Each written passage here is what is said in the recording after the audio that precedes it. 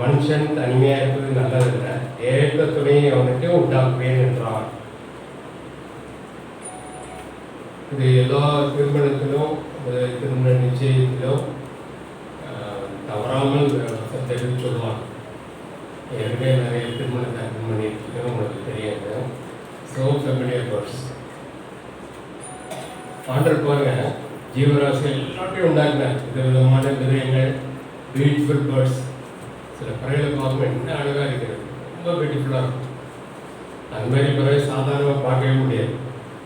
சில ஃபாரின் கண்ட்ரீஸ்லாம் பார்த்தீங்கன்னா ரொம்ப பியூட்டிஃபுல்லாக இருக்கும். அப்படிப்பட்ட விதவிதமான பறவைகள்லாம் உண்டாக்கினாரு. எல்லாத்தையும் உண்டாக்கி நல்லது என்று கேட்டார். சூரியனை உண்டாக்கினார், சந்திரனை உண்டாக்கி, எல்லாத்தையும் உண்டாக்கி ஒவ்வொரு நாளாக ஒவ்வொரு நாள் சிருஷ்டித்து வர்றார். எல்லாம் நல்லது நல்லதுன்னு கண்டு ஆண்டவன் சந்தோஷப்பட்டார். கடைசியில் 6ஆவது நாள் தான் மனுஷனை உண்டாக்கினார். அது முதல்ல ஆதாமை உண்டாக்கினார். ஆதாம் உண்டாக்கினோட ஆண்டவே பரிதாபப்பட்டார். ஐயோ, ஆதாம் வந்து தனிமையாக இருந்தான், ஸோ லோன்லி. பேச்சு தொட்டே காலையின்னு சொல்லுவாங்கல்ல, அது மாதிரி குழந்தை பிறக்காட்ட சொல்லுவாங்க, ஐயோ வீட்டில் குழந்தை சத்தமே இல்லை, மழலை சத்தமே இல்லையே அப்படின்னு எவ்வளோ வருத்தப்படுவாங்க. அவனோட வருத்தத்தை மற்றவங்க வேறு அதிகப்படுத்தி விடுவாங்க. அதுமாதிரி ஆண்டவர் கொஞ்சம் வருத்தப்பட்டார். ஐயோ, மனுஷன் தனிமையாக இருக்கான், அவனுக்கு எவ்வளோ போர் அடிக்கும், அவனுக்கு ஏற்ற துணையை உண்டாக்குவேன்னு சொன்னார். தான் இங்கே ரொம்ப கவனிக்க வேண்டிய ஒரு வார்த்தை.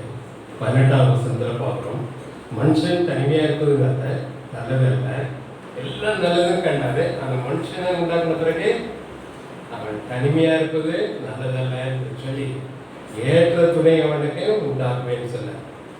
இதுக்கு அப்புறம் கூட ஆண்டவர் வருத்தப்பட்டார். அது ரொம்ப வருத்தம். என்னென்னா, ஆதமையாவும் பாவம் செஞ்ச உடனே ஐயோ ஏன்டா இவனை உண்டாக்குனேனோ அப்படின்னு சொல்லி வந்தார். சில வீட்டில் பார்த்தீங்கன்னா, சில வீடு இல்லை, நிறைய வீட்டில் பிள்ளைகள் அப்பா அம்மா கீழ்படியாகவும் போகும்போது குழந்தை ஸ்கூல் போக மாட்டான், எங்கேயாவது ஊர் சுற்றிட்டு வருவான், படிக்க மாட்டான். அப்போ அம்மா என்ன சொல்லுவாங்க, இவனை ஏன்னா பெற்றனோ அப்படின்வாங்கல்ல, ஒரு வார்த்தைக்கு கீழ்படிய மாட்டாங்க, தருதலையாக அலையிறானே, எப்படி உருவான்னு தெரியலையே அப்படின்னு சொல்லி வருத்தப்படுவாங்க. அந்த மாதிரி ஆண்டவர் கூட வருத்தப்பட்டார். ஆதாமையாவையும் காரணம் என்ன, ஆண்டவர் கொடுத்த அந்த ஒரே ஒரு கட்டளைக்கு கீழ்படியது. ஏதேன் தோட்டத்தில், அழகான ஏதேன் தோட்டத்தில் வைத்திருந்தால், அந்த தோட்டத்தின் நடுவில் நன்மை தீமை அறியக்கூடிய கனியை தரக்கூடிய மரத்தை உண்டாக்கி அந்த கனியை குறித்து நன்மை எது தீமைங்கிற நாலேஜ் அறிவு வரும். அது மட்டும் சாப்பிட்டாங்கப்பா அப்படின்னா அதுதான் போய் சாப்பிட்டேன். கொடுத்ததே ஒரே ஒரு கட்டளை தான். அந்த ஒரு கட்டளைக்கு ஆதாமை அவனும் கீழ்படியவில்லைன்னு சொல்லுவான். அதனால அவனை உண்டாக்குனதுக்கு அவனை வருத்தப்பட்டான். So sad. God was so sad. So don't forget, whenever you and I disobey the Lord, we are grieving the heart of the Lord. எப்படிதான் ஆண்டவருக்கு நாம் கீழ்படியாமல் போகிறோம், அப்படிலாம் ஆண்டை நாம் துக்கப்படுத்திக்கிறோம். Don't forget. யாருடைய வாழ்க்கையுமே அதை நாம் மறக்கக்கூடாது. சரி, ஏற்ற துணை அவனுக்கு உண்டாக்குவேன்னு சொல்கிறதில்ல, நமக்கு ஏற்ற துணை யாருன்னு யாருக்கு தெரியும்? நம்ம நினச்சிக்க நமக்கு தான் தெரியும் அப்படின்னு நினச்சிக்கணும். அதனால தான் நிறைய லவ் மேரேஜ்லாம் நடக்குது. இப்போ ரொம்ப சரசான ஆகிப்போச்சு. இல்லை 90% ஃபெயிலியரில் போய் முடியுது. நமக்கு ஏற்றத்தோட நமக்கு தான் தெரியும், அப்பா அம்மாவுக்கு கூட தெரியாதுன்னு நினைக்கிறோம். யாருமே தெரியும், போட நானே பார்த்துக்கிறேன் அப்படின்னு. கேர்ள்ஸ் கூட இந்த மாதிரி நினைத்தாங்க. Girls are worse than boys. That's the truth. பெண்கள் வந்து ஆண்களோட ரொம்ப மோசம் போயிட்டு ஃபாரின் கண்ட்ரிஸ்லாம் பார்க்குறோம். அது ரொம்ப விளக்கணும்னு அவசியம் இல்லை, எல்லாருமே தெரியும். அப்போது நமக்கு ஏற்றத்தனை யாருன்னு யாருக்கு தெரியும்? நம்ம உண்டாக்கின அவருக்கு தான் தெரியும். அப்போ அவருக்கு ஒப்பு கொடுக்கணும். அன்றே எனக்கு ஏற்ற வாழ்க்கைத்தனை யாருன்னு முதல் தெரியாதுன்றே என்னை காட்டுங்க. நீ யாரை காட்டாலும் சரி, I am ready to accept the person. நீ யாரை காட்டினாலும் சரி, நான் காட்டுறேன், ஏற்றுக்கொள்வேன். ஆண்டவர் எப்போதும் நமக்கு நன்மையை செய்கிற தேவன், ஒருபோதும் தீமையை செய்ய மாட்டார். நமக்காக தண்ணியே கொடுத்தாரே, காணக்கூடாத தேவன் மாம்ச சரீரத்தில் வந்து உங்களுக்காக எனக்காக சிலுவையிலே பலியான மத்திய சுவிசேஷம் 20வது அதிகாரமாக புதிய ஏற்பாட்டை மற்ற இயேசு இந்த உலகத்தில் இருக்கும்போது சொன்ன ஒரு வார்த்தை, மத்திய சுவிசேஷம் 20வது அதிகாரம் 28வது வசனம். Matthew gospel chapter 20 verse 28. மத்திய 20:28. அப்படியே மனுஷகுமாரனும் ஊழியம் கொள்ளும்படி வராமல் ஊழியம் செய்யவும் அநேகரை மீட்கும் பொருளாக தம்முடைய ஜீவனை கொடுக்கவும் வந்தார் என்றார். அன்றைய இயேசு சொன்ன ஒரு வார்த்தை. அன்றைய இயேசுக்கு எதுக்காக இந்த உலகத்துக்கு வந்தேன்னு சொல்றாரு? நமக்கு ஊழியம் செய்ய, நமக்கு பணிவிடை செய்ய, நமக்கு உதவி செய்ய, நமக்கு ஊழியம் செய்யவும். அது மாத்திரம் இல்ல, இந்த உலகத்தில் எல்லா ஜனங்களையும் மீட்கும் பொருளாக, மீட்கும் பொருளை போல தன்னுடைய ஜீவனையே கொடுக்கவும் வந்தார் என்று அவர் சொல்கிறார். வேற எந்த நோக்கத்துக்கும் அன்றைய இயேசு கிறிஸ்து வரவில்லை. ஆனால் மனிதர்கள் தான் அதை தவறாக புரிந்து கொண்டு இருக்கிறார்கள். அங்கே ஆண்டவர் சொல்கிறார், ஆதாமுக்கு ஏற்ற துணையை நான் உண்டாக்குவேன்னு சொல்கிறார். அதே மாதிரி ஆண்டவர் ஏற்ற துணையை உண்டாக்கினார். அவை நாம் கூட நம்ம முழுதும் ஆண்டவருக்கு அர்ப்பணித்து ஒப்பு கொடுக்கும்போது நமக்கு ஏற்ற துணை, அவரால் குறிக்கப்பட்ட துணையை நமக்கு காட்டுவார். அது வரைக்கும் நமக்கு பொறுமை தேவை. Need patience to wait upon the Lord. Till he shows that his choice. அவருடைய தெரிந்து கொள்ளுதல், அவருடைய சித்தத்தோடு யாரை தெரிந்து கொண்டாரோ அதை நம்ம காட்டுற வரைக்கும் நம்ம பொறுமையோடு காத்திருக்கணும். அந்த பொறுமை இல்லை நமக்கு, அதான் ப்ராப்ளம். எந்த ப்ராப்ளம் எனக்கு தெரியும், நான் பார்த்துக்குவேன் அப்படின்னு நினைக்கிறதுனால தான் லைஃப் லாங்காக அந்த ப்ராப்ளத்தை அனுபவிக்க வேண்டியது வரும். அதுக்கப்புறம் இங்கே ஆண்டர் பாருங்க, அதே அதிகாரத்தில் ஆதியாகமம் 2வது அதிகாரம் பார்க்கலாம். ஆதியாகமம் 2வது அதிகாரத்தில் ஆண்டவர் ஆதாமை தூங்க வைத்து ஒரு ஆப்ரேஷன் பண்ணுறாரு. டாக்டர்ஸ்லாம் அதை இந்த வருஷத்துக்கு போனதால அனஸ்தீசியா கொடுக்குறதை கண்டுபிடிச்சாங்க. மயக்க மருந்து கொடுத்து ஆப்ரேஷன் பண்ணால் பேஷண்ட்டுக்கு வலிக்காது. அதுக்கு முன்னே துடிக்க ஆப்ரேஷன் பண்ணுவாங்க. மயக்க மருந்து கண்டுபிடிக்கல. ஒரு விஞ்ஞானி இந்த வசனத்தை படித்தார். ஆண்டவர் ஆதாமுக்கு அயர்ந்த நித்திரையை உண்டாக்கி அவனை தூங்க வச்சு, அதுக்கப்புறம் விழா எலும்புல அவனுடைய விழா எலும்பு ஒரு விழா எலும்பை எடுத்து அவனுக்கு மனுஷியாக ஏவலை உண்டாக்கிட்டான். இது அவ்வளோ நடந்தது ஆதாமுக்கே தெரியாது. அனஸ்தீசியா கொடுத்து ஆப்ரேஷன் பண்ண பேஷண்ட்டுக்கு வலி தெரியாது அப்படியே கண்டுபிடிச்சாங்க. அதுக்கப்புறம் அவனை உண்டாக்குற பிறகு ஆண்டவர் கொண்டு வந்து ஆதாம் முன்னாலே நிறுத்துறாரு. ஆதாம் பார்க்குறான், அப்படியே ஆதாம் மாதிரியே ஏவலோ இருந்தாள். அதே மாதிரி கை, காது, தலை எல்லாமே அப்படியே இருந்தது. 22ஆம் வசனத்தை பார்க்குறோம். ஆதியாகமம் 2:22. Genesis chapter 2 verse 22.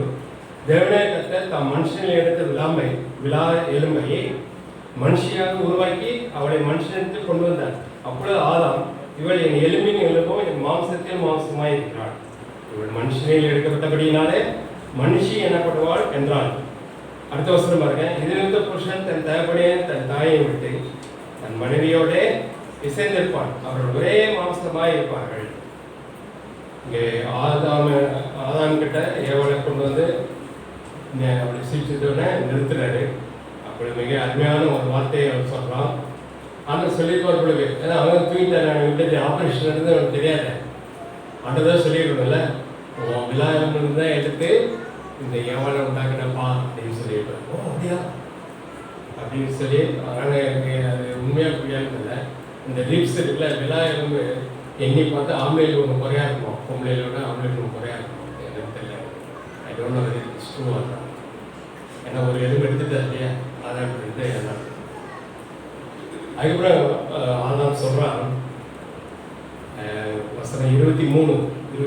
அப்பொழுது ஆதாம், இவள் எலும்பின் எலும்பும் என் மாம்சத்தில் மாம்சமாய் இருக்கிறாள். இவள் மனுஷனில் எடுக்கப்பட்டபடினாலே மனுஷியை நான். So the relationship between husband and wife is a unique relationship. கணவன் மனைவிக்கு இடையே இருக்கிற அந்த உறவு என்பது ஒப்பற்ற ஒரு உறவு. பெற்றோர் பிள்ளைகள் இருக்கிறாங்க, மாமா அத்தை அந்த உறவு, பிள்ளைகள் இருக்கிறோம், சித்தப்பா சித்தி பெரியப்பா பெரியவர், நிறைய உறவு இருக்குல்ல. எல்லாத்துலேயும் விட unique relationship husband relationship. Shows close intimacy between the two persons. ரெண்டு பேருக்கு இடையில உள்ள நெருக்கமான உறவை அது காட்டுகிறது. அவன் என்ன சொல்றாங்க, ரொம்ப அருமையாக சொல்றான். எப்படி அவனுக்கு முதல் மனுஷனுக்கு அவ்வளோ ஞானம் இருந்ததுன்னு தெரியல, இவள் என் எலும்பின் எலும்பும் என் மாம்சத்தின் மாம்சமாக இருக்கிறாள். அதனால ஆட்டோமேட்டிக்காக நான் இவளை நேசிப்பேன், ஆட்டோமேட்டிக்காக அது மேல் அன்பு கூறுவேன், ஆட்டோமேட்டிக்காக வாலண்டரியா மனம் வந்து என்ன தியாகம் வேண்டுமானாலும் செய்வேன். லவ் பண்ணுற பண்ணிட்டு சொல்லுவாங்கல்ல, உயிரே உலகாக கொடுக்கல, இதயத்தை இறக்க கொடுத்துட்டேன், உயிரை தேவைப்பட்டால் உயிரே கொடுக்கலாங்க. 1 மாதத்துக்கு அப்புறம் பயங்கர சட்டம், உயிர் எடுத்துவோம், உயிரை கொடுக்குறேன்னு சொல்லிட்டு உயிர் எடுத்துவோம். நிறைய பேர் படிக்கிறோம், டிவியில் பார்க்குறோம், உங்களுக்கு ஒன்றும் புதுசு கிடையாது. மனுஷனாக டிசைட் பண்ணால் அப்படி தான் நடக்கும். இப்போ பாருங்க, ஆதாம் வந்து ஆண்டரை எனக்கு ஒரு ஒய்ஃப் தேவை, நான் தனியாக இருக்கிறேன், பார்த்துட்டு இருக்கீங்களே, எனக்கு போர் அடிக்காதான்னு கேட்டானே, தவிர அவசியம் ஆண்டரை பார்த்து கொடுத்தாரு பாருங்க. இஸ் ஸோ லவ்விங், அவர் not is so loving and caring. நம்ம பேரில் ரொம்ப அன்புள்ள தேவன், நம்ம பேர் அவ்வளோ கஷ்டம் தேவன். தாய் கூட கைவிட்டா நான் உனக்கு கைவிட மாட்டேன்னு சொல்லியிருக்கிறேன். அதனால துணிந்து ஆண்டருக்காக நம்ம சாக்ரிஃபைஸ் பண்ணலாமே. எப்போதும் நமக்கு நன்மையே செய்கிற தேவன், என் மாம்சத்தின் மாம்சமாக என் எலும்பின் எலும்பாக இருக்கிறாள். அப்படியே நினைச்சா என்னையும் எவளையும் பிரிக்க முடியாது, நாங்கள் 2 பேரும் ஒன்று தான் அப்படின்னு சொல்லுவோம். எப்படி பிதா குமாரன் + 3 ஒன்றாங்க, 1 + 1 + 1 = 1ன்னு சொல்லுவார் ஒரு ஊழியர். அதுவே 1 + 1 = 1. கணவன் மனைவி சேர்ந்து ஒரே ஆள் தான், ஒரே சரீரமாக. அதனால அவங்க 2 பேருக்கு நடுவில் வேறு யாரும் வரட்டார், அப்பாவோ அம்மாவோ வேறு யாரோ, சித்தப்பா சித்தியோ அல்லது சொந்தக்காரங்களோ ஃப்ரெண்ட்ஸோ வேறு யாருக்கும் அங்கே இடம் கிடையாது. இது நிமித்தம் verse 24 24 புருஷன் தன் தகப்பனையும் தன் தாயை விட்டு தன் மனைவியோடு சேர்ந்திருப்பான், அவர்கள் ஒரே மாம்சமாக இருப்பார்கள். புருஷன் தன் தகப்பனையும் தாயை விட்டுனா சண்டை போட்டுட்டு வர்றதுன்னு அர்த்தம் இல்லை. தகப்பனையும் தாயும் கணவனோடு தான் இருந்தாலும் மனைவியோட சேர்ந்திருக்கணும். எந்த தீர்மானம் எந்த டெசிஷன் எடுக்கணும் முன்னாடி கணவன் மனைவி கன்சல்ட் பண்ணி எடுக்கணும். வேற யாரும் கன்சல்ட் பண்ண வேண்டிய அவசியம் இல்லை. நான் ஒரு நியூ ஃபேமிலியை ஆண்டர் ஏற்படுத்திருக்கோம், ஏன் வேற யாரும் கன்சல்ட் பண்ணலாம், ஆண்டர் கன்சல்ட் பண்ணலாம். கணவன் மனைவி மட்டும்தான் ஒருவர் கன்சல்ட் பண்ண வேண்டிய தவிர வேற யாரும் அங்கே இடம் கிடையாது. அது அப்பா அம்மாவை நேசிக்கிறது தான் கணவனும். அதுக்காக சண்டை போட்டு பிரிஞ்சு ஒன்று அர்த்தம் இல்லை, தவறாக மிஸ் அண்டர்ஸ்டாண்ட் பண்ணக்கூடாது. ஆனால் அதே நேரத்தில் கணவன் மனைவி கணவனையும் கலந்து ஆலோசிக்கணும், ரெஸ்பெக்ட் பண்ணணும். They must respect between husband and wife. They must honor one another. ஒருவர் கனம் பண்ணணும், ஒருவர் நேசிக்க வேண்டும். அது மேலே ரொம்ப அருமையான ஒரு ஸ்டேட்மெண்ட் ஆதாம் கொடுக்குது. இவன் என் எலும்பின் எலும்பும் என் மாம்சத்தின் மாம்சமாக இருக்கிறான் அப்படின்னு ஈக்குவல். அதனால தான் ஆண்டவர் ஆதாமுடைய தலையிலேருந்து ஒரு எலும்பு எடுத்து எவனை உண்டாக்கல, ஆதாமுடைய காலிலேருந்து ஒரு எலும்பு எடுத்தோம் எவனை உண்டாக்கல. எங்கேருந்து எடுத்தாரு? எல்லா எலும்புலேருந்து எடுத்தார். ஈக்குவலாக that shows equality in the two persons. 2 பேர் இடையில இருக்க சமத்துவத்தை அது குறிக்கிறது. அதனால தான் இந்த வசனத்தை பார்க்கணும். அடுத்தபடியாக ஆதியாகமம் 24வது அதிகாரம் பார்க்கணும். Genesis chapter 24. பெட்ரோல் எங்கேஜ் பண்ணிட்டாலே இந்த அதிகாரத்தை டச் பண்ணாமல் யாருமே இருக்க மாட்டாங்க. கண்டிப்பாக இந்த அதிகாரத்தை பற்றி சொல்லுவாங்க. ஆபிரகாம் தன் ஒரே மகனாக ஈசாக்கு பின்பாடும்படி தன் வேலைக்கான எலியேசரை அனுப்புகிறார்.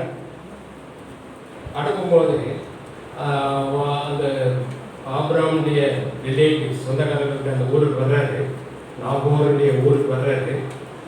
அப்போது ஒரு சின்ன ஜோம் பண்ணுறது. ஆபிரகாமுடைய வேலைக்காரன் கூட எவ்வளோ பயபக்தியாக இருக்க மாட்டீங்களா?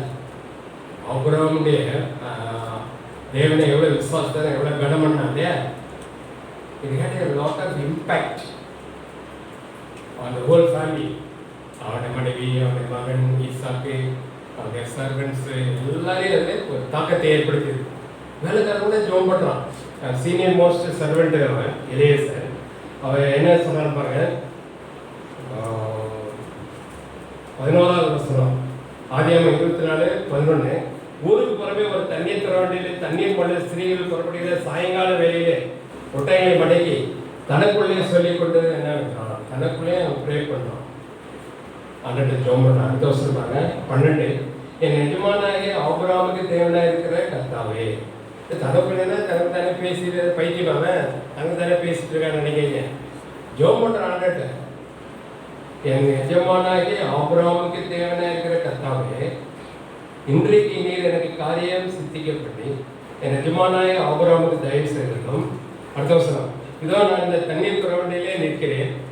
இந்த ஊராடைய பெண்கள் தண்ணீர் மண்ணை புரட்ட வருவார்கள். நான் குடிக்க உன் குடத்தை சாய்க்க வேண்டும் என்று நான் சொல்லும்போது, குடி என்றும் உன் ஒட்டகங்களும் குடிக்கும்படி வார்ப்பேன் என்றும் சொல்லும் பெண் எவ்வளோ? அவளே நீர் உம்முடைய ஊழியக்கான ஈசாக்குக்கு நியமித்தவர்களாக இருக்கவும் என் எஜமானுக்கு அனுகிரகம் செய்தீர் என்று நான் அதனாலே அறிவு செய்துள்ளோம் என்றார். ரொம்ப கரெக்டாக ப்ரே பண்ணோம். இவ்வாறு நாம் ஆண்டவர் சித்தத்தை கண்டுபிடிக்க வேண்டும். ஆண்டவர் நம்ம ஜோம் பேசுவார். அது டெய்லி போர்ஷன் தினந்தோறும் கிரமமாக வேதத்தை படிக்கும்போது அதன் மூலமாக பேசுவார். சபைக்கு வரும்போது ஆலயத்துக்கு வரும்போது பேசலாம், ஏதாவது ஒரு விதத்தில் பேசுவோம். அப்போது இந்த வேலைக்காரன் ஜோமனை எனக்கு யாருன்னு தெரியாதாங்கன்னு அவர் புது ஊருக்கு வர்றேன். என் எஜமாண்டே குமார ஈசாக்கு நியமித்த பெண் யாருன்னு எனக்கு தெரியாது, நீர் தான் காட்ட வேண்டும் என்று சொன்ன. அதுக்கு ஒரு அடையாளத்தை கொடுக்குறோம். என்ன அடையாளம்? நான் எந்த பெண்ணில் தண்ணீர் எனக்கு குடிக்க தர வேண்டும் அப்படின்னு சொல்லும்போது, நான் குடிக்க உன் குடத்தை சாய்க்க வேண்டும் நான் சொல்லும்போது அவள் அடிஷ்னலாக சொல்லணும். அடிஷ்னல் என்ன? உனக்கும் தண்ணீர் கொடுப்பேன், ஒட்டகங்களுக்கும் தண்ணீர் கொடுப்பேன். ஒரு ஒட்டகம் 10 குடம் 15 குடம் நம்ம சொல்கிறாங்க. ஆளுநருக்கு ஒரு 20 குடம் குடிக்குவாங்க. ஒருத்தர் ஒரு ஒட்டகம் ஒரு சின்டெக்ஸ் டேங்க் மாதிரி இருக்குது. அவனுக்கு ஸ்டோர் பண்ணி வச்சுருந்தான். அப்படிங்கிற ஒரு 10 ஒட்டகத்துலேயே நம்ம வர்றான் எலியேசர் அபிரகாமுடைய வேலைக்காரன். சரி, ஒரு ஆவரேஜாக 10 குடம் வச்சுக்கோமே. அப்போ 10 ஒட்டகத்துக்கு 100 குடம் தண்ணி எடுக்கணும். எல்லாம் பம்ப் செட்டாக இருக்கிறாங்க, அது சுவிட்சப்பட்ட சாப்பிட்னு கொட்டுறாங்க. இல்லை, அது ரொம்ப டீப் வெல்லாக இருக்கும். ஸ்டெப்ஸ் அப்படியே உள்ளே இறங்கி போய் அதெல்லாம் ஒரு ட்ரையான ஏரியா. அரபிக் டெசர்ட்டுக்கு பக்கத்தில் தான் இதெல்லாம் இருக்குது. ரொம்ப ட்ரை. உள்ளே ரொம்ப ஆழத்தில் போய் தண்ணீரை கொண்டு தலையிலையாவது தோல்பட்டையிலையாவது அந்த இடத்துல வச்சுட்டு வருவாங்க. மறுபடியும் கிளைம் பண்ணணும். அவ்வளோ ஸ்டெப்ஸையும் கிளைம் பண்ணிக்கலாம். ஒரு குடம் தண்ணி எடுத்துகிட்டு வரைக்கும் ஒரு 5 நிமிஷம் 10 நிமிஷம் ஆகும். அந்த ரெபேக்கால பாருங்க, கரெக்டாக அந்த ரெபேக்கால மாட்டிக்கலாம். ஒரு ஊரில் ஒரு குடும்பம் இருந்தது. அவங்களுக்கு ஒரு பெண் இருந்தால், ஒரு மகள் இருந்தாள். அவளுக்கு வாலிப வயது, திருமண வயது உடனே அப்பா அம்மா என்ன செஞ்சாங்க, எல்லாரும் போல மாப்பிள்ளை பார்க்க ஆரம்பித்தாங்க.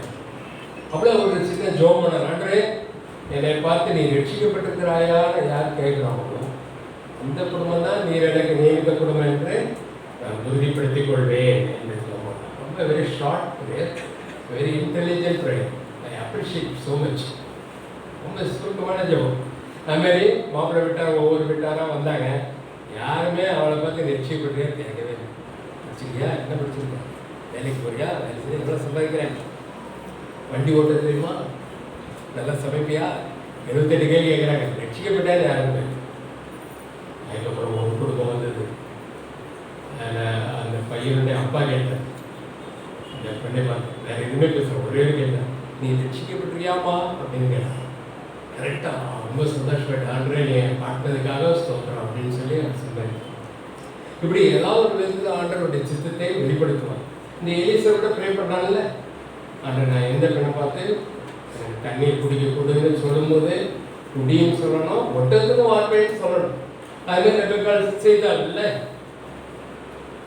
அதே அதிகாரத்தை பாருங்க, ஆதியாகமம் 24வது அதிகாரத்தில் ஜெனசிஸ் சாப்டர் 24 verse 50 50வது வசனம். அப்பொழுது லாபானும் பெத்துவேலும் பிரேத்தமாக இந்த காரியம் கர்த்தரால் வந்தது, நமக்கு நாங்கள் நலம் போன ஒன்று சொல்லக்கூடாது. லாபான் அந்த ரெபெக்காள் மணப்பெண், ரெபெக்காளுடைய சகோதரன்.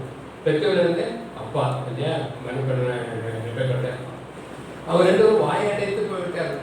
நான் ஒன்றுமே சொல்ல முடியாதுப்பா, இந்த காரியம் யாரால வந்துச்சு, இந்த காரியம் ஆண்டரால் வந்தது, நான் குறுக்க நிற்க முடியுமா, ஆண்டரை கருத்து நான் தடுத்த எங்களை ஆண்டரை அடிச்சுக்குவாரு, இந்த காரியம் கர்த்தர் அந்த மாதிரி நீங்கள் சொல்லணும்னு சொல்ல முடியுமா, சொல்ல முடியும்னு நினைக்கிறேன். இந்த கதை கற்காலால் வந்தது. நாங்களாம் டிசைட் பண்ணலை. ஒவ்வொரு மணப்பெண்ணும் மகனும் சொல்லணும். அது வரைக்கும் வெயிட் பண்ணணும். சின்சியராக ஜோம் பண்ணால் ஆர்டர் பார்க்குறாரு. இதே தான் சின்சியராக ஜோம் பண்ணால் the Lord will do everything for us. He will take us. He is more than our parents. He is so much concerned about us. He knows our future. நம்முடைய எதிர்காலத்தை பற்றி ஆளுக்கு தெரியும், நமக்கு தெரியாது. பெற்றோரோட கர்சனை உள்ளவர் அவர். எப்படி தெரியும்? நமக்காக சிலுவையில் ஜீவனையே கொடுத்தாரே, நம்முடைய பாவத்தை போக்க தண்ணியே கொடுத்துட்டாரே, திரும்பவும் வந்து அழைத்து சொல்லுன்னு சொல்லியிருக்கிறார்ல. அதனால இந்த லாபானும் பெத்துவனும் என்ன செய்கிறாங்க? பொண்ணுடைய அப்பாவும் பொண்ணுடைய சகோதரனும் என்ன சொல்கிறாங்க? இந்த காரியம் கத்தரால் வந்தது, நான் ஒன்றுமே சொல்ல முடியாது, நாங்கள் எதுவும் தடை சொல்லலப்பா அப்படிங்கிறேன். அதுக்கப்புறம் அந்த வேலைக்காரன் புதுசு குடிச்சு எல்லாத்தையும் படுத்துறாங்க. காலையில் இருந்துச்சுன்னா என்னை அனுப்புங்கலாம் எலியேசர் அப்புறம்ட்ட வேலைக்காரன். அவனுக்கு ஷாக்காக போச்சு. ஒரு 10 நாளாவது திடீர்னு வந்து இப்படி கூப்பிட்டு போகிறீங்கப்பா பொண்ணை, ஒரு 10 நாளாவது எங்களோட கூட இருக்கு, இத்தனை நாள் கூட இல்லையா, வருஷக்கணக்காக தான் கூட இருந்தா, இருந்தாலும் ஒரு ஆசை, ஒரு 10 நாளாகவே வச்சுட்டு இருக்கட்டும்பா. அதெல்லாம் முடியாது, இப்படிதான் நம்ம போகணும் அப்படின்னு சொல்கிறான்.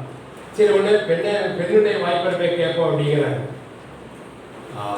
வசனம் 56 பாருங்க. ஆதியாகமம் 24:56 56. அதுக்கு அவன், கர்த்தர் என் பிரயாணத்தை வாய்க்க பண்ணியிருக்க, நீங்கள் எனக்கு தடை செய்யாதீர்கள், நான் என்னை விமானத்துக்கு போய் என்னை அனுப்பிவிட வேண்டும் என்றான். கர்த்தர் என் பிரயாணத்தை வாய்க்க பண்ணியிருக்கிறார். எலியேசர் சொல்றான், இது நானா எடுத்த முயற்சி கிடையாது, ஆண்டவர் என் பிரயாணத்தை வாய்க்க பண்ணியிருக்கிறார், அதனால ஏங்க தடை செய்யாதீங்கன்னு சொன்னான். அப்புறம் அவர்கள் பெண்ணை அழைத்து அந்த வாய்ப்பை கேட்போம் என்று சொல்லி ரெபெக்காளை அழைத்து இந்த மனிதனோடு கூட போகிறாயா என்று கேட்டார்கள். அவன் போகிறேன் சொல்றான். எப்படி போகிறேன்னு சொல்றான்? அவளுக்கும் தெரியுது இந்த ஆண்டால் வந்த காரியம். Is Lord's will, I will obey. நான் கீழ்ப்படிவேன் என்று கீழ்ப்படிந்தான் என்று சொல்லி நான் பார்ப்பேன். லூக்காவின் சுவிசேஷம் புதிய ஏற்பாட்டுக்கு வாங்க. லூக்காவின் சுவிசேஷம் இந்த சபையில் நம்ம டிகிரியாக பார்த்த ஒரு வசனம் நம்ம ஃபெமிலியரானது. லூக்காவின் சுவிசேஷம்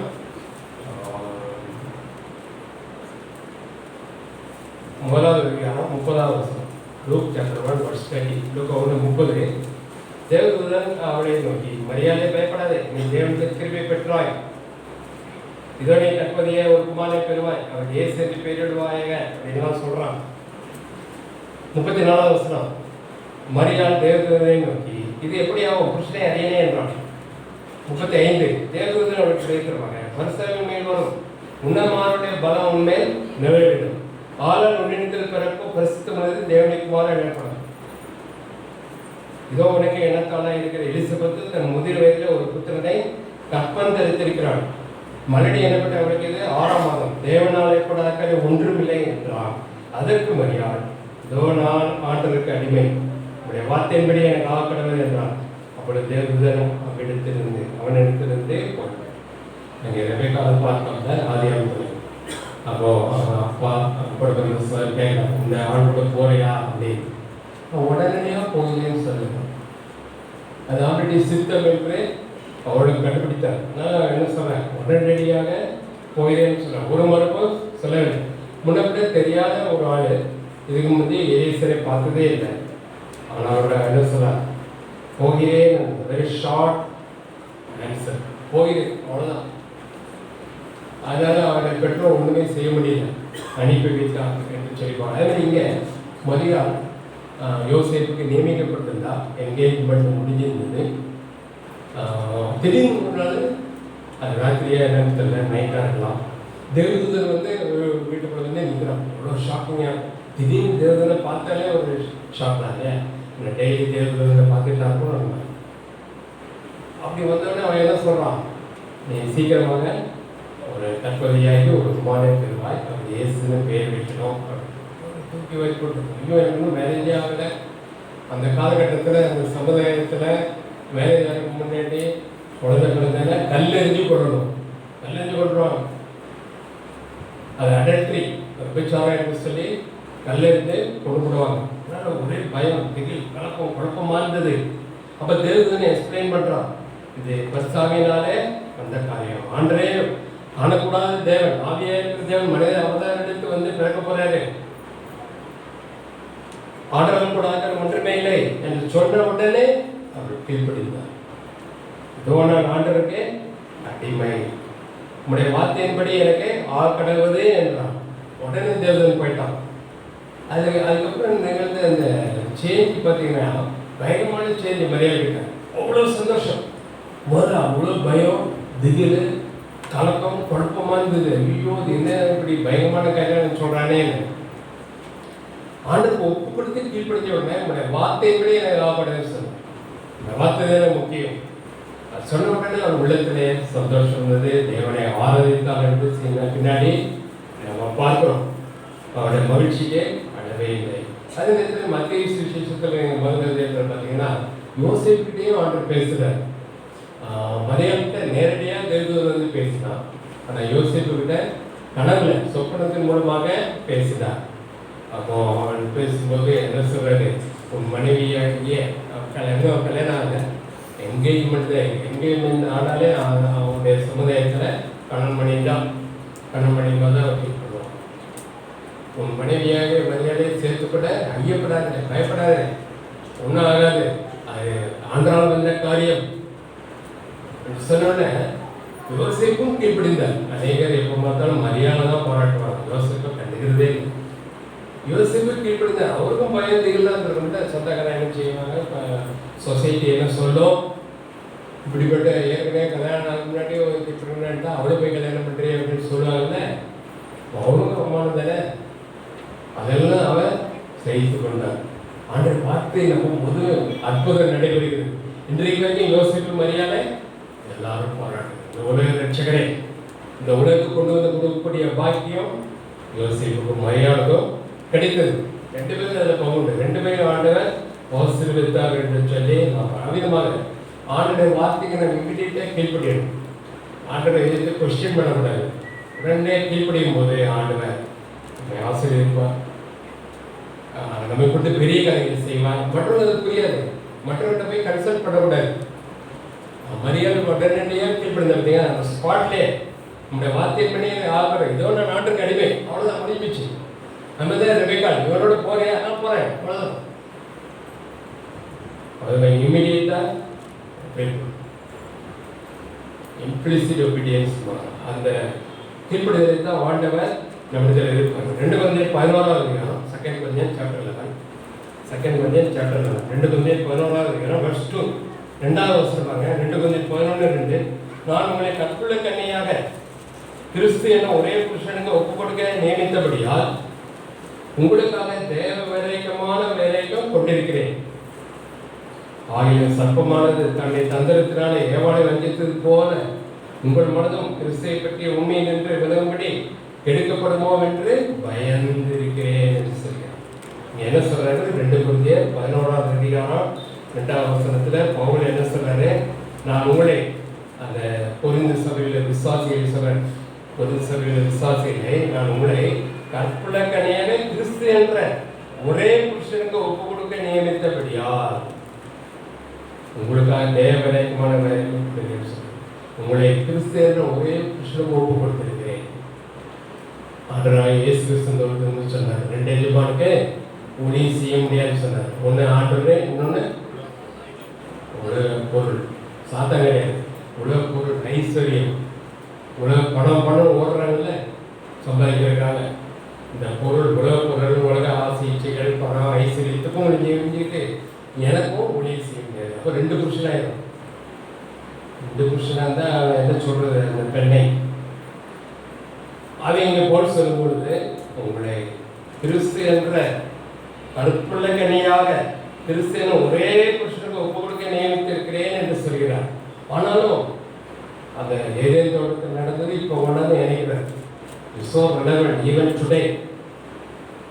எப்படி சர்ப்பமானது தந்திரமாக வந்து ஏவாளை வஞ்சித்தது போல புசிக்கக்கூடாது என்ற கனி, விளக்கப்பட்ட அந்த கனி புசிக்கும்படி செய்தது இல்லையா?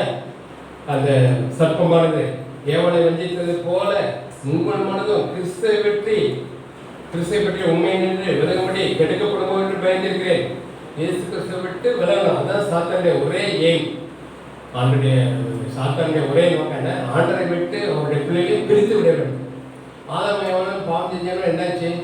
ஆண்டருக்கும் அவருக்குள்ள உறவு மேல கட்டாயிடுச்சு, உறவு துண்டிக்கப்பட்டது. ஆண்டு சத்தத்தை கேட்க பயந்தாங்க, ஓடி போய் புஷுக்குள்ள ஒரு புதற்குள்ள போய் ஒளிந்து கொண்டார்கள். அதுக்கப்புறம் ஆண்டு என்ன செஞ்சாரு? ஒருத்தர் பிளேம் பண்ணாங்க. ஏதேன் தோட்டத்தை விட்டே ஆண்டவர் ஆதாம் ஏவாளை துரத்தி விட்டார் என்று சொல்லி நான் பார்க்கணும். அந்த மாதிரி உங்களுடைய இருதயம் கூட ஏவாளை எப்படி சாத்தான வந்துட்டானோ அதை போல உங்கள் இருதயம் கூட உண்மையை விட்டு கிறிஸ்துவை பற்றிய உண்மையிலிருந்து விலகும்படி கெடுக்கப்படுமோ என்று பயந்திருக்கிறேன். கெடுக்கிறது யாரு? சாத்தான் தான். இந்த உலக மயக்கம், உலக ஐஸ்வர்யம், உலக ஜனங்களை போல இருக்க வேண்டும் என்ற அந்த எண்ணம் அது உங்களை ஆண்டரை விட்டு பிரித்து விடும். இப்போ ஆண்டர் வரும்போது அவரோடு கூட போக முடியாது என்று சொல்லி கைவிடப்படும். அது எவ்வளவு பெரிய ஆபத்து, மோஸ்ட் டேஞ்சரஸ் திங்.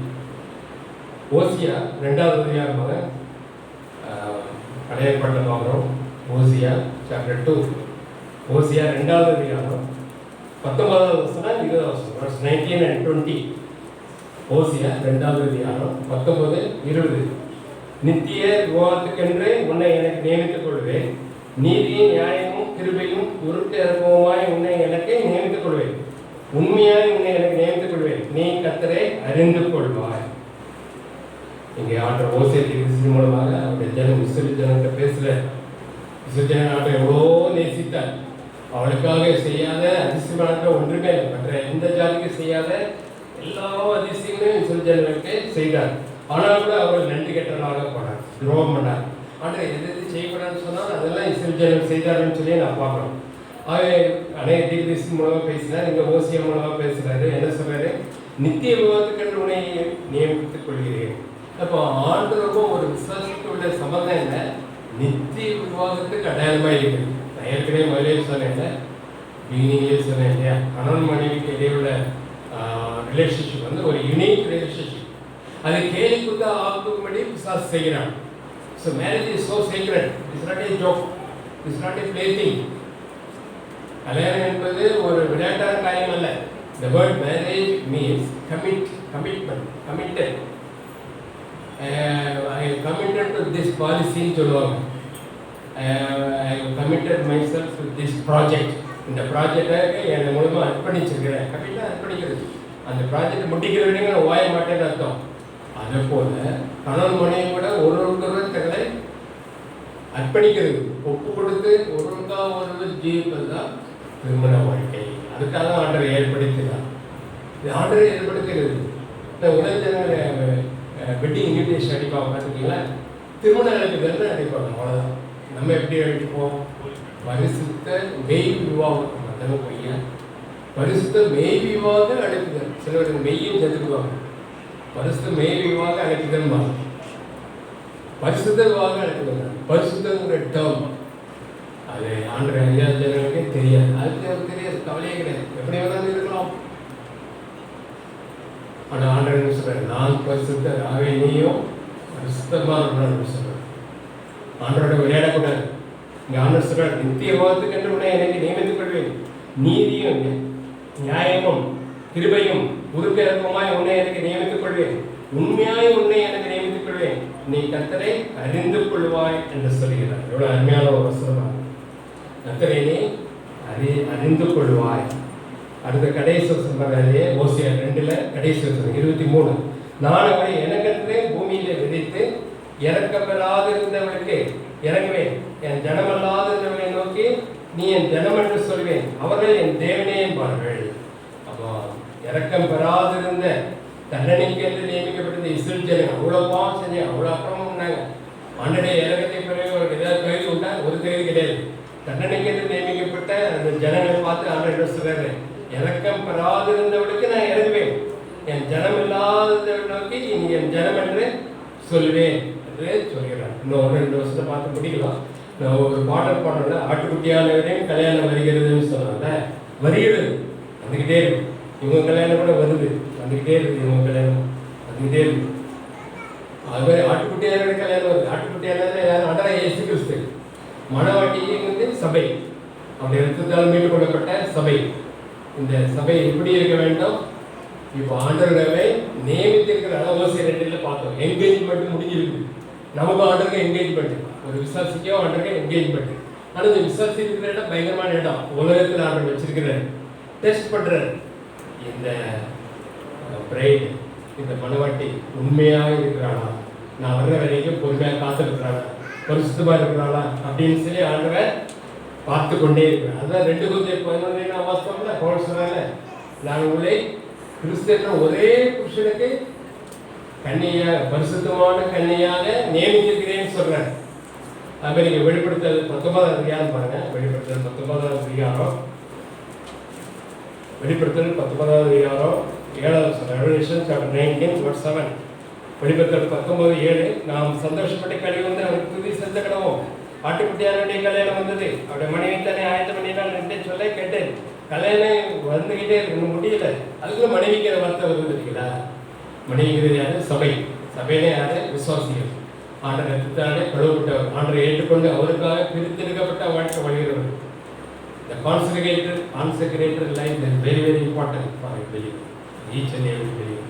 இந்த உலகத்தோடு கலந்து இருந்துக்கிட்டு நான் ஆண்டரையும் நேசிக்கிறேன், இந்த உலகத்தையும் நேசிக்கிறேன்னா, யாக்கோபு நிருபத்தில் யாக்கோபு சொல்றாரு 4வது அதிகாரத்தில், அவர் எழுதுறதே விசுவாசிக்கு தான் எழுதுறாரு அந்த கடிதத்தை. யாக்கோபு நிருபத்தில் 4வது அதிகாரத்தில் பார்க்குறோம். பச்சாரிகளே சொல்றாரு, உலகத்தின் தேவனுக்கு விரோதமான பகையை சொல்றாரு. உலகத்துக்கு சிறையனாய் இருக்க விரும்புகிறோம், தேவனுக்கு பகைஞனாய் இருக்கிறான். உலகத்தையும் நான் நேசிப்பேன், 2 எஜமான மொழி சீமனேன்னு சொன்னார்ல.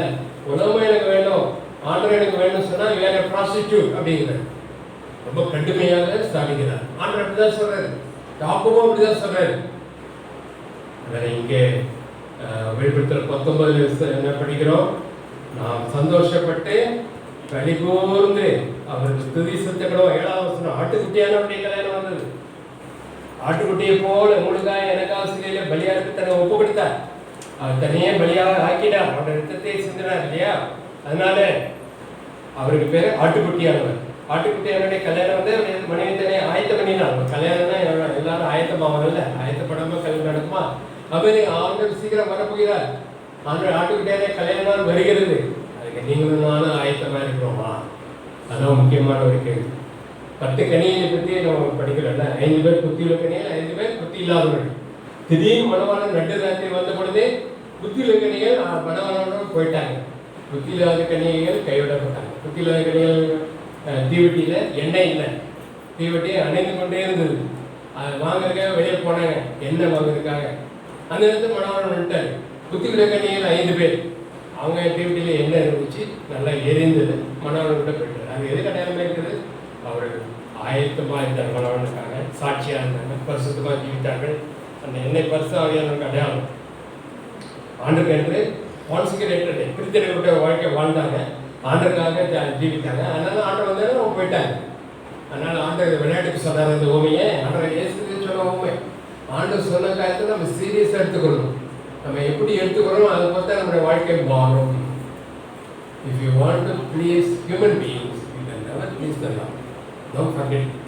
நான் உலக ஜனங்களையும் சொந்த காலையும் மற்றவர்களையும் பிரியப்படுத்த இருக்கிறேன்னா ஆண்டவர் ஒருபோதும் பிரியப்படுத்த முடியாது. ஒரு மனவாட்டியின் நோக்கம்லாம் என்ன? மணவாளனுக்கு எப்படி பிரியமாக நடக்கலாம், நம்ம தான் மணவாளனும் மனவாட்டியை எப்படி சந்தோஷமாக வைத்துக்கொள்ளலாம். அப்போ அந்த குடும்பம் ரொம்ப சந்தோஷமா. It needs a lot of sacrifice. திருமணங்கிறது விளையாட்டு கிடையாது. திருமணத்துக்கு தியாகம் பண்ண வேண்டியது ரொம்ப தேவை, சாக்ரிஃபைஸ் தேவை. 2 பேரும் சாக்ரிஃபைஸ் பண்ணணும். ஆனால் இயேசு நமக்காக தியாகம் பண்ணினார், சிலையிலே பலியான. இப்போ நாம கூட அவருக்கு தியாகம் பண்ண வேண்டியது அவசியம். நீ முழு மனதோடு என்னை நேசிக்கிறாயான்னு ஆண்டவர் கேட்கிறார். அப்போ அவருடைய மனைவி தன்னை ஆயத்தம் பண்ணினாள் என்று சொல்லி பார்க்கிறோம். அடுத்த வசனம் 8, சுத்தமும் பிரகாசமான மெல்லிய வஸ்திரத்தை எடுத்துக்கொள்ளபடி அவருக்கு அளிக்கப்பட்டது. அந்த மெல்லிய வஸ்திரம் பரிசுத்தவான்களுடைய நீதிகளே. பின்னும் அவன் என்னை நோக்கி, ஆட்டுக்குட்டியான கல்யாணம் வந்து அழைக்கப்பட்ட பாக்கியவான் என்று எழுது என்றான். மேலே இவள் தேவனுடைய சத்தியமான வசனங்கள் என்று என்னுடைய சொன்னான். இவைகள் என்ன வசனங்கள்? தேவனுடைய சத்தியமான. நீங்க அதை எப்படி எடுத்துக்கொள்றீங்கன்னு தெரியல. நம்ம எல்லாரும் கிறிஸ்டியன் சொல்றோம், ஆனால் ஆண்டரை நம்புறேன், ஆண்டர் விசுவாசம் சொல்றோம். ஆனால் ஆண்டோடைய வார்த்தைக்கு கீழ்படுகிறோமா? அது சீரியஸாக எடுத்துக்கொள்றோமா? ஆண்டர் வார்த்தைக்கு பயப்படுற பயம் இருக்குதா? அதெல்லாம் ஆண்டு பார்க்குறாரு. You can never cheat the Lord. He knows your heart in and out. நம்ம இதயத்தை உள்ள போகிறோமோ அலசி ஆராயிருக்கிறார். நம்ம இதயத்தில் இருக்கிறோம் அவருக்கு தெரியும். You can never fool the Lord. Don't play fool with the Lord. ஆண்டரை ஒருபோதும் ஏமாத்திலாம் நினைக்கவே கூடாது. செய்யறதெல்லாம் செஞ்சுட்டு பிறகு ஆண்டரை டேக்கிள் பண்ணிடலாம். இதெல்லாம் எல்லாரும் செய்யறதுதான்ப்பா, எல்லாரும் செய்யறதான் நீ செய்யற, இதுல தப்பு இருக்குது. ஆண்டர் பார்த்துக்கலாம், பார்க்கவே முடியாது. அதுக்குள்ள ஆண்டர் வந்துடுவார். அதுக்கு இந்த உலகத்துக்கு போயிடுவோம். எங்க போறோம் தெரியலையே. அதனால ரொம்ப ஜாக்கிரதையா இருக்கணும். இவைகள்லாம் தேவனுடைய சத்தியமான வசனங்கள் என்று என்னுடனே சொன்னான். ஆகவே நாம் கேட்ட வசனம் எல்லாம் மறந்துவிட வேண்டாம். பண்ற இயேசு கிறிஸ்து உங்களுக்காக எனக்காக நம்முடைய பாவத்தை போக்குவதற்காக சிலுவிலே பலியானார். அவர் அடக்கம் பண்ண 3ஆம் நாள் உயிரோடு நடந்தார். ரொம்ப சீக்கிரமா வரப்போகிறார். எதுக்காக வரப்போறாரு? அதான் இப்போ பார்த்தோம்ல, ஆட்டுக்குட்டியாக கல்யாண நாள் வருகிறது. யாரெல்லாம் அவரை ஏற்றுக்கொண்டு அவருக்கு ஆயத்தமாக இருக்கிறாரோ அவரை அழைத்து கொண்டு போவார். பரலோகத்திலே கல்யாண விருது நடக்குமா? லூக்கா 12 கூட சொல்றாரு. அவரே வந்து பரிமாறுவார். என்ன நமக்கு பரலோகத்தில் சாப்பாடு கொடுக்க போறான்னு தெரியல. அவ்வளோ ஒன்றரை ஸோ த்ரில்லிங்.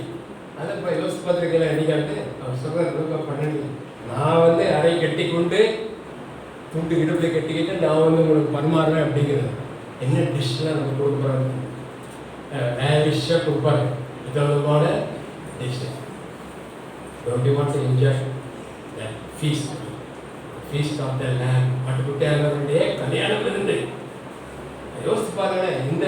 இந்த உலக கல்யாணம் தான் அவ்வளோதான். ஒரு நேரம் சாப்பிட்டு முடிஞ்சு போச்சு, அவ்வளோதான். அது எப்பொழுதும் சந்தோஷமா அன்றோட இருக்கலாமே. அப்படி பாட்டுப்பட்ட பாய்தான் தருவாங்க. பாட்டு கொடுக்குறீங்களா? இல்லை இல்லை, பவுஸ் கேட்கலாம். இப்பொழுது மணமகன் மணமகளுக்கு சும்மா ஒரு 2 கேள்விதான். மணமகன் கேட்க விரும்புகிறோம். ஆஷ்வின்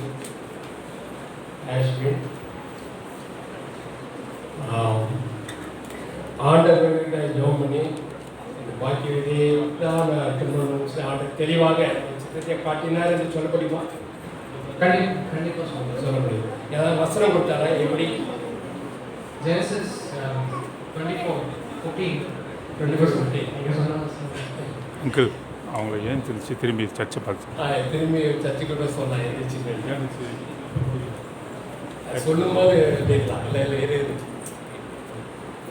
அந்த ஒரு கேள்விதான், வேற ஒன்றும் இல்லை. ஆண்டருடைய சித்தம் தான் பாக்கியத்தை திருமணம் பண்ணுவது. அந்த சித்தத்தை ஆண்டர் உறுதிப்படுத்தினாரா? அந்த எங்கள் அப்பா அம்மா வந்து எப்போ வந்து எனக்காக மேரேஜ்க்காக வந்து பார்க்க சொன்னாங்க. அது வந்து நான் கடவுள்கிட்ட வந்து ரொம்ப ஜோம் பண்ணேன். ஏன்னா எனக்கு எப்படி ஒரு லைஃப் பார்ட்னர் வந்து சூஸ் பண்ணுறது வந்து எனக்கு தெரியல. So I asked the Lord, God, show me a verse in the Bible where I can actually find godly women. காமிக்கும் போது கடவுள் வந்து எலியேசருடைய ஜெபத்துக்கு தான் வந்து காமிச்சார். எலியேசர் எப்படி ஜெபம் பண்ணுறாரு பாராட்டு, சித்தத்துக்காக ஜெபம் பண்ணுறாரு, சித்தத்துக்காக நீயும் ஜெபம் பண்ணு அப்படின்னு கடவுள் எனக்கு காமிச்சார். நான் என்ன பண்ணேன்னா ஒரு பெண்ணும் பேப்பர் எடுத்துட்டு எழுதினேன். எல்லாத்தையும் உட்காந்து எழுதினேன். என்ன கடவுள் நீங்கள் எனக்கு என்ன தேவை, உங்களுக்கு தான் எனக்கு தெரியும், எனக்கு தெரியாது, இன்னைக்கு தான் சொல்லணும் சொல்லி நான் உட்காந்து எழுதுனேன். திரும்பியும் கடவுள் கிடைக்கேன், கடவுளே இதை நானாக எழுதியிருக்கேன்னா நீங்களா எழுதிருக்கீங்கன்னா எனக்கு சொல்லணும். கடவுள் நான் தான் உனக்கு கொடுத்துருக்கேன் அப்படின்னு சொன்னேன். அப்புறம் நான் வந்து அவங்க பாக்கியத்தை வந்து ஒரு நாள் பார்க்கும்போது நான் என்னோட ப்ரொஃபைலில் கடைசியாக வந்து பயோடேட்டாவில் வந்து கடைசியாக ஒரு வசனம் எழுதியிருக்கேன். ஒரு வசனம் இல்லை, ஒரு வார்த்தை. Only what is done for Christ will last. இந்த வார்த்தையை வந்து யாரை பார்த்து என்கிட்ட பிடிச்சிருக்குன்னு சொல்கிறாங்களோ அவங்க தான் என்னோட வைஃபாக இருப்பாங்கன்னு வந்து அந்த நாள் நான் முடிவு பண்ணிட்டு போனேன். கரெக்டாக பாக்கியம் அதே சொன்னாங்க. So that's how I came to know this is God's will. That's how I proceeded. Oh, very nice, very happy. பாக்கியாவும் அந்த மாதிரி ஷேர் பண்ணுவோம். எப்படி ஆண்டர் காட்டுறாரு அதான் சொல்லுங்கள். எப்படி ஆண்டர் கண்டுபிடிக்க இப்போ நான் சொன்னேன் இல்லையா, ஒரு பெண்ணும் ஜெபம் பண்ணா அன்றைய என்னை பார்த்து நீ ரட்சிக்கப்பட்டிருக்கேன்னு யார் கேட்குறாங்களோ அவங்க தான் நீர் எனக்கு குறித்த வாழ்க்கை துணைன்னு கண்டுபிடிப்பேன் அப்படின்னு சொன்னாங்க. அதே மாதிரி நடந்தது. சரி, திரும்ப அப்படின்னு சொல்ல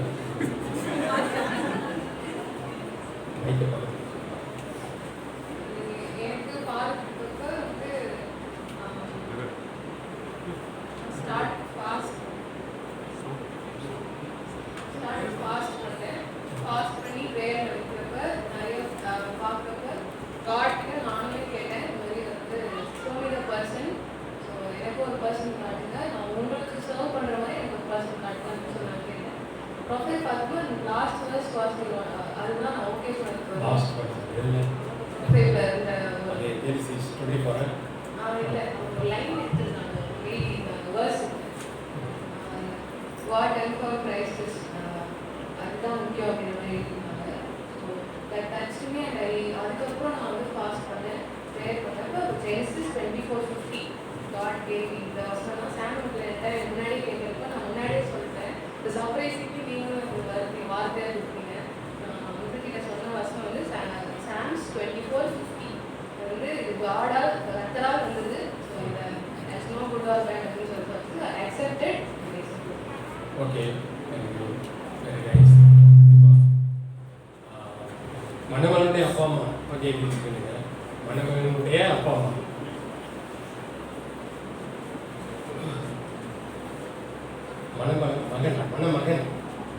மணமகனுடைய ஆக்சுவலி நீங்கள் ஆண்டர்டே ஜோப் பண்ணிப்பீங்கன்னு நினைக்கிறேன். உங்களுடைய மகனுக்காக ஆண்டர் உங்களுக்கும் அந்த சமாதானத்தை கொடுத்தாரா? இந்த பெண்ணை உங்கள் மகனுக்கு எடுத்துக்கொள்ள முழு சமாதமா சொல்லுங்க. சரி ஓகே. அடுத்து மணமகனுடைய பாக்கியோடைய அப்பா அம்மா நீங்களும் உங்களுடைய மகளுக்காக ஜெயிச்சு நினைக்கிறேன். ஆண்டர் உங்களுக்கு கூட அந்த சித்தத்தை வெளிப்படுத்தணும். எப்படி மரியாள் யோசேப்புக்கு ஆண்டர் மாதிரி பேசுகிறார்ல, மரியாள் யோசேப்பு செய்யறதுக்காக மற்றவங்க அக்செப்ட் பண்ணிட்டாங்க. ஒன்றும் நடக்கலையே. மரியாதை நினச்சிப்பா கல்லெறிஞ்சு கொண்டு விடுவாங்கன்னு பயம் இருந்தது.